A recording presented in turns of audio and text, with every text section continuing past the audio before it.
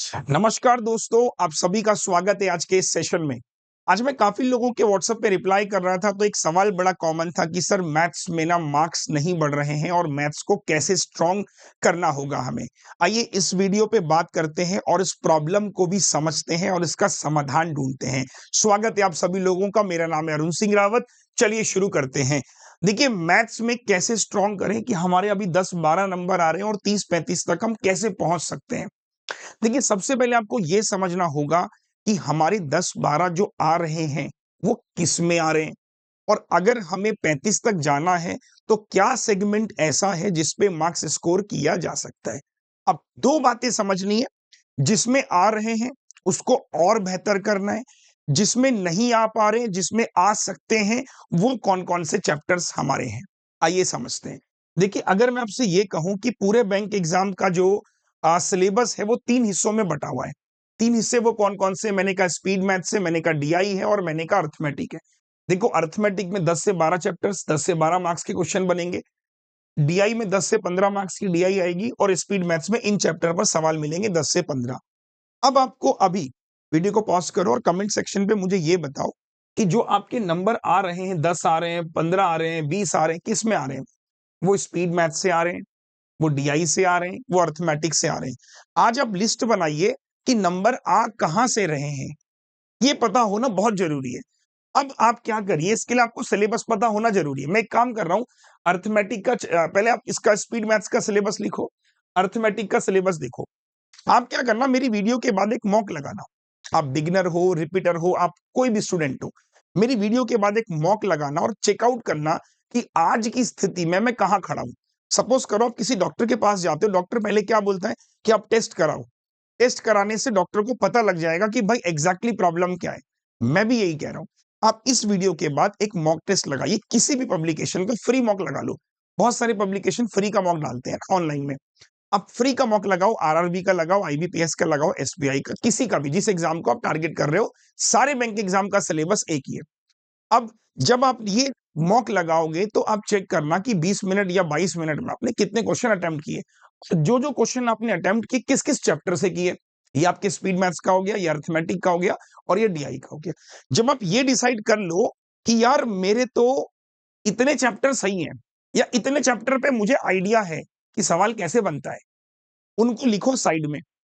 जिन चैप्टरों को पकड़ नहीं है, उन चैप्टरों पे हमें आज से करना है काम। जैसे कि अगर मैं अपना आपको राय दूँ, तो मुझे ये समझ में आता है कि अगर कोई बच्चा बैंकिंग की तैयारी कर रहा है ना, तो वो यहाँ, ये वाला सेगमेंट तो कंपल्सरी है सभी के लिए। मतलब सिम्प्लिफिकेशन, आप बेसिक कैलकुलेशंस, बॉड मास, बेसिक गुणा भाग करने से भी आप सिम्प्लिफिकेशन में अच्छा स्कोर कर सकते हो अगर इसको रेगुलर प्रैक्टिस में ले आए। ये इसका छोटा भाई है। नंबर सीरीज और रॉन्ग में दोनों सेम है, एक में मिसिंग करना, एक में रॉन्ग गलती निकालनी है।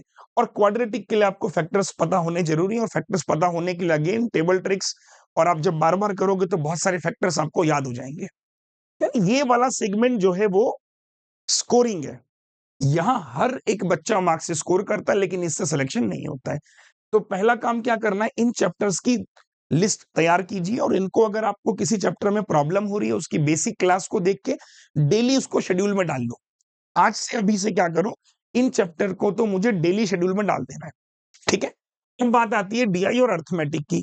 देखो ये अरिथमेटिक के चैप्टर्स हैं और कुछ चैप्टर्स ऐसे हैं जो मैं आपको बोलूंगा कि आप शुरुआत के 10 चैप्टर ये जो मैंने लिखे हुए हैं यहाँ पे, इनको पकड़ो आप इनमें से देखो कि कौन कौन से चैप्टर्स ऐसे हैं जिन पे आपको कॉन्फिडेंस आ रहा है।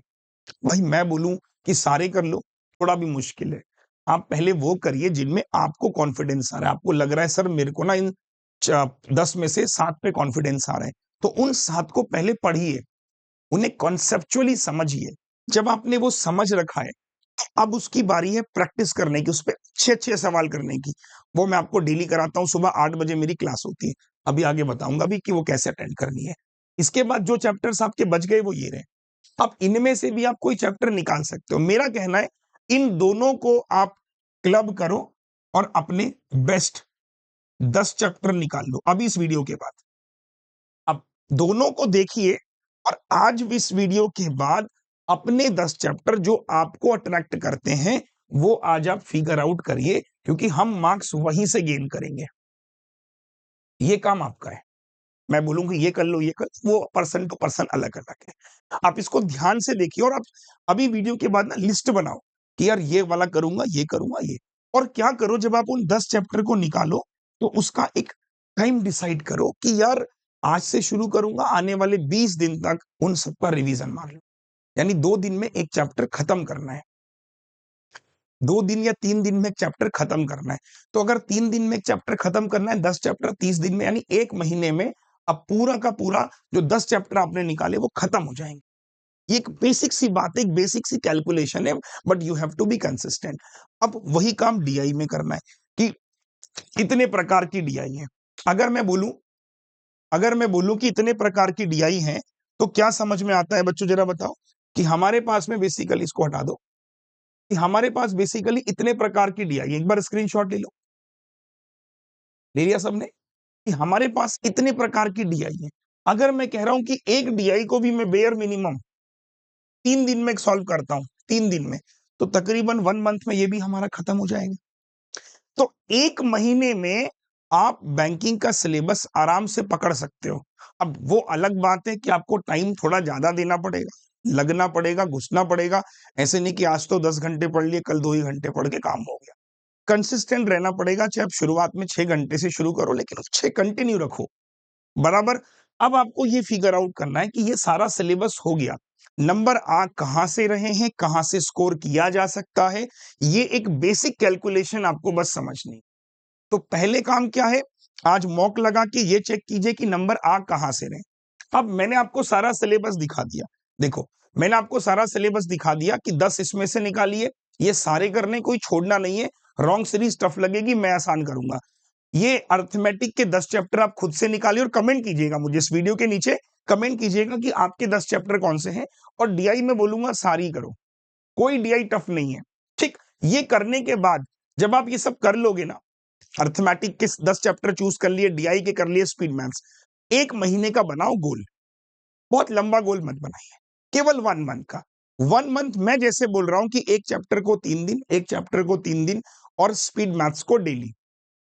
1 महीने बाद फिर आप एक मॉक लगाना और आज के स्कोर कार्ड का स्क्रीनशॉट लेना। आज के स्कोर कार्ड का स्क्रीनशॉट लेना और आज से ठीक 1 महीने बाद जब आप मॉक लगाओगे, फिर आप स्क्रीनशॉट लेना। फिर आप चेक करोगे कि जो नंबर पहले 10-12 थे, आई थिंक उन नंबरों में अब इंक्रीमेंट हुआ है। और ये प्रोसेस अगर आप कंटिन्यू रखते हो, तो 1 महीने में जो आपने इंक्रीमेंट किया, वही इंक्रीमेंट 2 महीने में और डबल होगा और 3 महीने, 4 महीने बाद आपको ऐसा लगेगा कि अब भैया ज़रूरत नहीं है किसी की, सारे चैप्टर पढ़ चुका हूँ। दिन भर में अब केवल प्रैक्टिस और स्पीड टेस्ट करना है। प्रैक्टिस करनी है, मॉक टेस्ट करना है, स्पीड करनी है और कुछ नहीं करना बस। लेकिन ये काम 1-2 महीने ऐसा होता है जो बड़ा कंसिस्टेंट रखना पड़ता है।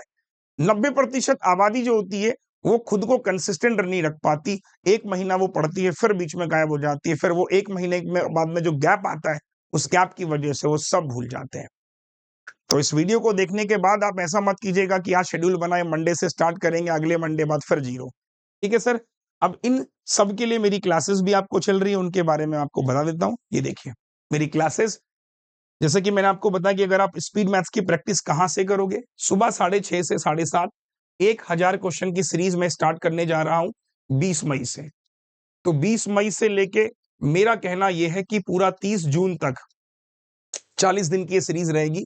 1000 क्वेश्चन की सीरीज होगी। 1000 करने के बाद सब खत्म हो जाएगा। सुबह 8 से 9 इसी यूट्यूब पर मंडे टू थर्सडे हम अरिथमेटिक के वो 10 चैप्टर्स करेंगे, उन पे प्रैक्टिस करेंगे। हर फ्राइडे को हम लोग 1000 डीआई सीरीज की सीरीज स्टार्ट कर रहे हैं और हर शनिवार को हम लोग मेंस की क्लास किया करेंगे, जो अभी नहीं होती है, तो वो भी स्टार्ट कर देंगे। तो ये मेरी फ्री क्लासेस का शेड्यूल है। जो बच्चा, जिनको मेरी बातें समझ में आ रही है, जिनको लग रहा है सर आपसे क्लास करनी है, जुड़िए मेरे साथ यूट्यूब पर। सिर्फ मैं आपको कितने घंटे बोल रहा हूँ पढ़ने के लिए अपने साथ? 1 घंटा और 30 मिनट। बस मुझे आपके 1.5 घंटे चाहिए, जो कि आपकी प्रैक्टिस क्लास आप मेरे साथ करोगे। इस 1.5 घंटे के बाद आपका पूरा समय आपका खुद का है। आप उस पे हर क्लास को समझिए, उसकी कॉन्सेप्ट क्लास कीजिए, बट ये 1.5 घंटे की क्लास शुड बी रेगुलर। इस पे आप कंपनसेट मत कीजिए, क्योंकि जो 10 चैप्टर आप पढ़ोगे उसके बेहतरीन सवाल आपको यहीं मिलेंगे। अब जो भी डीआई पढ़ोगे इस प्रैक्टिस क्लास में जब आप आओगे आपको समझ आएगा कि हाँ यार जो मैं पढ़ रहा हूँ वो यूट्यूब पे कर भी पा रहा हूँ, नहीं कर पा रहा हूँ। और बाकी सुबह 6:30 बजे 25 क्वेश्चन मिक्स होंगे, मजा आ जाएगा। उम्मीद करता हूँ कि इस वीडियो से आपको थोड़ी क्लैरिटी मिली होगी कि पढ़ाई कैसे करनी है, और लग जाइए आज से। 1 महीने का टारगेट लीजिए और 1 महीने में जैसा मैंने बताया वैसे फॉलो कीजिए। मॉक लगा के पहले चेक करो नंबर आ कहाँ रहे हैं, कहाँ से ला सकते हैं वो डिसाइड करेंगे, और उन चैप्टर्स पर जम के काम करें। ठीक है? चलिए, थैंक यू सो मच। और ये वीडियो अगर अच्छा लगा तो पॉजिटिव कमेंट कीजिएगा, सब्सक्राइब कर लीजिएगा और इस वीडियो को अपने साथियों को भी शेयर कीजिएगा। Thank you so much. Good bye. Thank you.